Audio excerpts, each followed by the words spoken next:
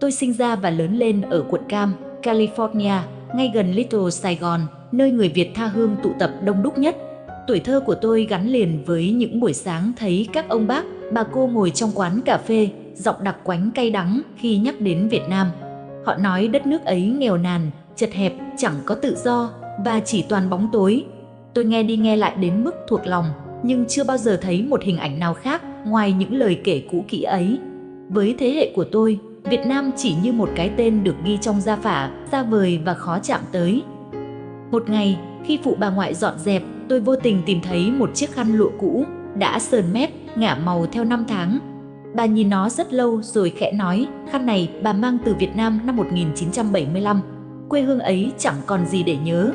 Tôi tưởng đó là một lời dứt khoát, nhưng trong ánh mắt bà, tôi thấy một nỗi buồn len lỏi, một sự tiếc nuối không thành lời. Nó giống như ai đó muốn quên hẳn, nhưng lại không thể nào quên được. Khoảnh khắc ấy khiến tôi day dứt. Liệu Việt Nam có thực sự khắc nghiệt như họ kể? Hay vẫn còn một phần sự thật khác, một phần mà không ai chịu nói ra cho tôi biết? Sau hôm tìm thấy chiếc khăn lụa, tôi vẫn sống những ngày bận rộn thường nhật, đi làm thêm, chuẩn bị hồ sơ tốt nghiệp, nộp đơn thực tập. Câu chuyện của bà ngoại, ánh mắt buồn rầu khi nhắc đến quê hương, tất cả dần chìm xuống dưới lớp công việc và nhịp sống hối hả ở California. Nhưng ở đâu đó, tôi biết trong lòng mình vẫn còn một sợi dây mỏng manh chưa cắt đứt được. Rồi một ngày, email từ trường báo tôi được nhận vào chương trình thực tập ngắn hạn ở châu Á. Danh sách có vài nước: Singapore, Thái Lan, Việt Nam. Bạn bè tôi háo hức chọn Singapore vì hiện đại, chọn Thái Lan vì du lịch sôi động. Tôi ngồi nhìn màn hình, ngón tay khựng lại ở dòng chữ Việt Nam. Hình ảnh chiếc khăn lụa vụt hiện ra trong đầu, cùng ánh mắt bà ngoại hôm ấy. Tôi thở dài, rồi nhấn nút chọn. Có lẽ đây là cơ hội mà tôi từng tìm kiếm, chỉ là đến muộn hơn tôi tưởng. Ngày báo tin, bà ngoại lặng im, đôi mắt nhìn tôi rất lâu. Bà không ngăn cản, nhưng cũng chẳng chúc mừng. Tôi hiểu, có những ký ức bà chưa bao giờ muốn đối diện. Còn tôi, lần đầu thấy rõ rằng mình đang làm một điều vượt ra ngoài sự an toàn quen thuộc ở Little Sài Gòn. Chuyến bay dài hơn 10 tiếng, tôi ngồi bên cửa sổ, tai cắm tai nghe nhưng đầu óc rối bời. Trong lòng tôi, hai luồng cảm xúc cứ va đập, những lời dọa dẫm về một đất nước nghèo, dơ, nguy hiểm mà tôi nghe suốt tuổi thơ, và sự tò mò mơ hồ do chiếc khăn lụa mang lại. Tôi nhắm mắt, tự hỏi, mình đang tìm kiếm điều gì, một sự thật khác ư? Hay chỉ là một cái cớ để tạm xa nơi đầy ắp định kiến kia? Khi máy bay hạ độ cao, tôi nhìn ra cửa sổ. Dưới kia là mảng đèn vàng, xanh, trắng chen chúc trải dài đến tận chân trời. Thành phố sáng rực, không hề tối tăm như những câu chuyện từng gieo vào đầu tôi. Tim tôi đập nhanh hơn, cổ họng khô lại. Tôi đang thực sự đặt chân đến nơi mà cả tuổi thơ chỉ nghe qua lời kể cay đắng. Cánh cửa máy bay mở ra, luồng không khí nóng ẩm ùa vào. Tôi kéo vali, bước chậm rãi qua sảnh sân bay. Người đông nghịt, tiếng loa gọi chuyến, tiếng hành khách cười nói, tiếng trẻ con khóc, tất cả hòa thành một thứ âm thanh hỗn độn nhưng sống động. Tôi đứng khựng lại. Ở đây không có sự chết chóc hay sợ hãi, chỉ có sự vội vã và rộn ràng của một thành phố đang thở. Ra ngoài, tôi vẫy taxi, xe nhập vào dòng người Ken đặc trên đường. Hàng ngàn chiếc xe máy lao vun vút, tiếng còi vang liên hồi, nhưng lạ lùng thay, chẳng ai tỏ vẻ cáu gắt. Họ tránh nhau, lách nhau, như thể cả thành phố này vận hành bằng một nhịp điệu riêng. Tôi áp mặt vào kính, mắt mở to. Hai bên đường, những quán ăn vỉa hè sáng đèn, khói nghi ngút, khách ngồi chen chúc vừa ăn vừa cười. Xa xa là tòa cao ốc sáng choang, bảng hiệu tiếng Anh chen lẫn tiếng Việt nhấp nháy. Tôi buột miệng thì thầm, đây là Sài Gòn sao? Khác xa tất cả những gì tôi từng tưởng tượng. Tối hôm đó, tôi quyết định tự mình đi ra ngoài. Thành phố dường như không ngủ, và trong lòng tôi có một thứ thôi thúc kỳ lạ, giống như tiếng gọi nào đó từ con đường phía trước. Tôi đi bộ dọc theo những dãy phố sáng đèn, tiếng xe cộ hối hả hòa cùng tiếng nói cười. Khi đến quảng trường trước phố đi bộ Nguyễn Huệ, tôi ngẩn người. Cả con đường dài rực sáng, đông nghịt người. Tôi dừng lại, hít một hơi thật sâu. Ở California, tôi hiếm khi thấy cảnh tượng như thế, hàng trăm, hàng ngàn con người cùng hòa vào một dòng chảy vui vẻ. Có những gia đình dắt trẻ nhỏ, có những đôi tình nhân, và rất nhiều nhóm bạn trẻ đang cười đùa. Cả như một bức tranh sống động, náo nhiệt mà vẫn ấm áp. Một nhóm sinh viên trải chiếu ngay giữa đường, tiếng đàn guitar vang lên ngân nga. Tôi đứng ở xa, lặng lẽ quan sát, không dám lại gần. Nhưng bất ngờ, một cô gái trong nhóm ngẩng lên, nhìn thấy tôi và mỉm cười. Nụ cười ấy không e dè, không dò xét, mà thật tự nhiên, thân thiện đến mức khiến tôi sững lại. Rồi cô ấy khẽ vẫy tay, ra hiệu mời tôi đến ngồi cùng. Tôi thoáng bối rối, do dự vài giây. Trong đầu vẫn là giọng mấy ông bác ở Little Sài Gòn, người lạ ở Việt Nam không đáng tin đâu, con phải cẩn thận. Nhưng rồi, có cái gì đó trong ánh mắt hồn nhiên kia khiến tôi bất giác bước tới. Chị ngồi đi, bọn em đang hát thôi, vui lắm, cô gái nói giọng nhẹ nhàng. Tôi ngồi xuống, lòng run lên kỳ lạ. Một chàng trai trong nhóm bắt đầu gảy đàn, tiếng hát vang lên, đơn giản nhưng tha thiết. Tôi không hiểu hết ca từ, nhưng giai điệu len lỏi vào tận sâu trong tim.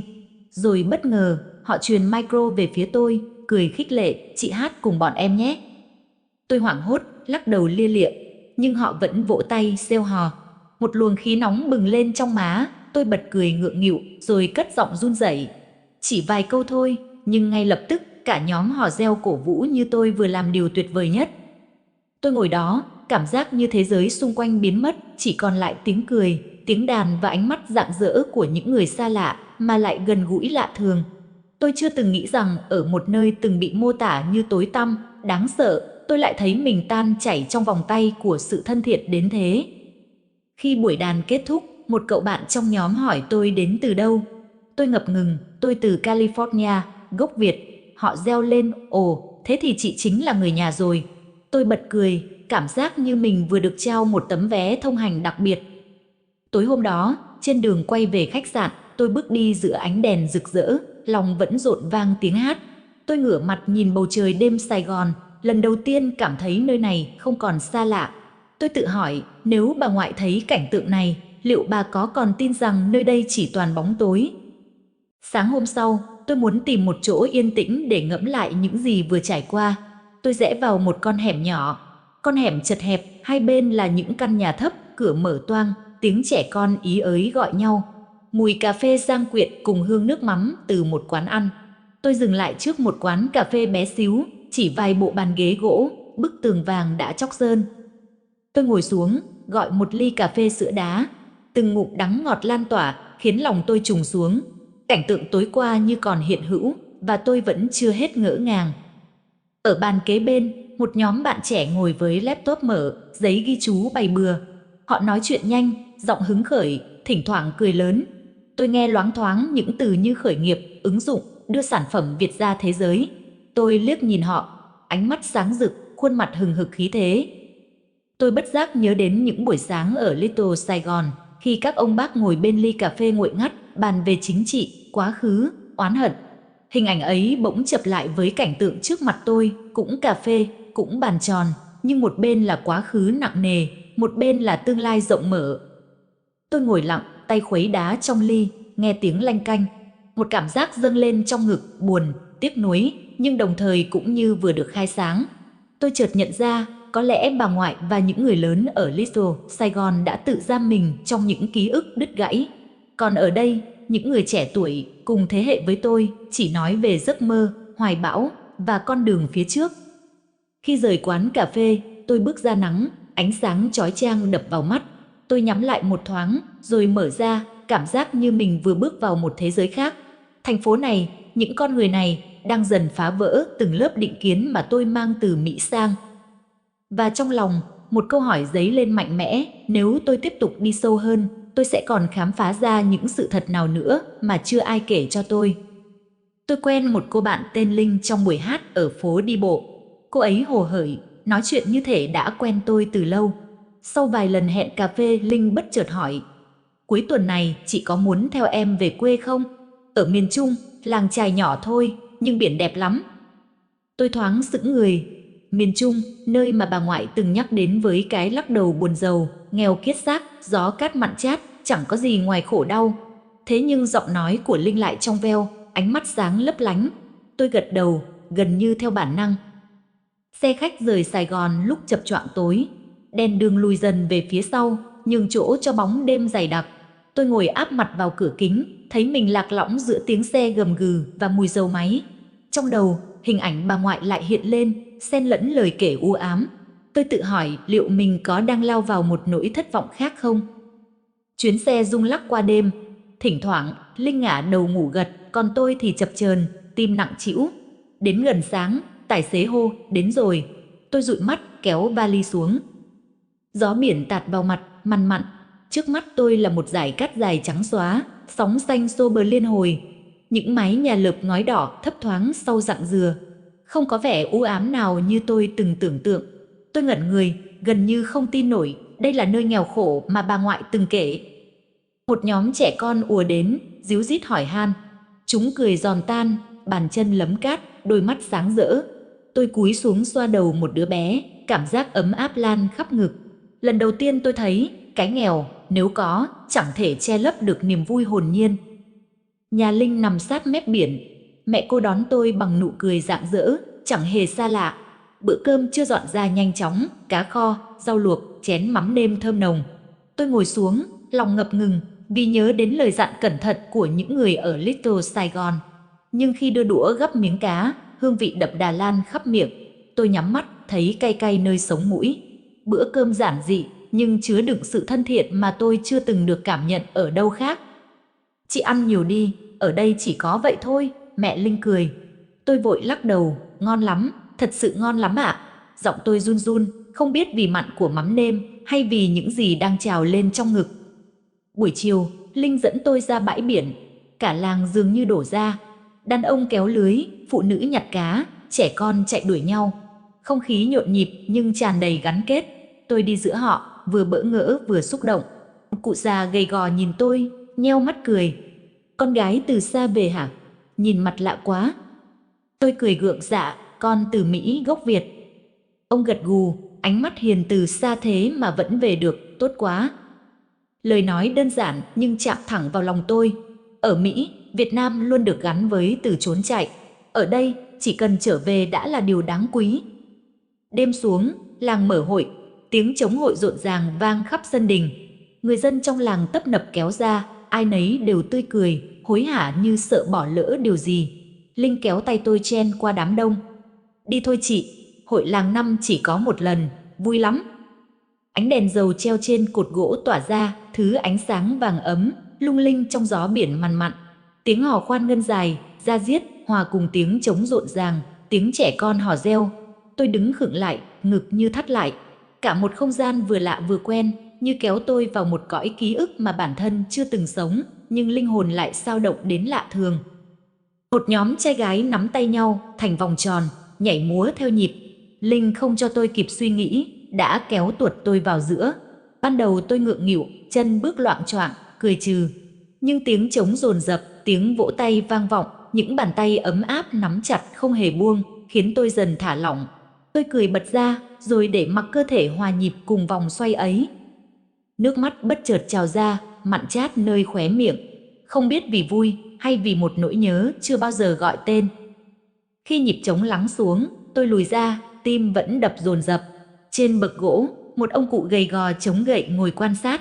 Tóc ông bạc trắng, da rám nắng, đôi mắt đục mờ nhưng ánh nhìn sáng kỳ lạ. Ông nheo mắt nhìn tôi thật lâu, rồi khẽ cười. Con gái, con giống mẹ con ngày xưa lắm. Tôi đứng sững, tai ù đi. Tôi chưa từng nói gì về mẹ mình với bất cứ ai ở đây. Tôi chậm rãi bước đến, ngồi xuống bên ông. Ông biết mẹ con sao? Giọng tôi run run. Ông gật đầu, mắt ánh lên chút xa xăm. Biết chứ, ngày trước mẹ con theo bà ngoại rời làng vào Sài Gòn. Hồi ấy, làng này nghèo, chiến tranh triền miên, nhiều người phải bỏ đi tìm kế sinh nhai. Nhưng trước khi đi, mẹ con hay ra sân đình này, hát hò, nhảy múa chẳng khác gì con vừa rồi. Tôi bàng hoàng. Trong ký ức tôi, bà ngoại chưa bao giờ nhắc quê như một miền vui. Chỉ toàn u ám, cay đắng. Tôi vội mở ba lô lấy chiếc khăn lụa cũ, đưa ra trước mặt ông cụ. Ông có nhận ra không? Đây là thứ bà ngoại mang theo khi rời Việt Nam năm 1975. Đôi bàn tay gầy guộc run lên khi chạm vào vải. Ông vuốt nhẹ, mắt nhòe đi. Phải rồi, đây là khăn dệt ở làng nghề bên kia núi.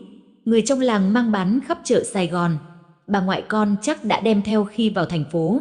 Sau này, đi luôn. Ông ngừng lại, thở dài, rồi khẽ nói, như vừa khẳng định vừa nhắn nhủ. Con thấy không, sợi chỉ quê hương này chưa bao giờ đứt. Dù người ta có đi đâu, có rời làng, rời đất nước thì gốc vẫn còn ở đây. Tôi cắn môi, nước mắt lăn dài. Chiếc khăn run rẩy trong tay tôi bỗng nặng trĩu, như mang cả một phần ký ức bị chôn vùi.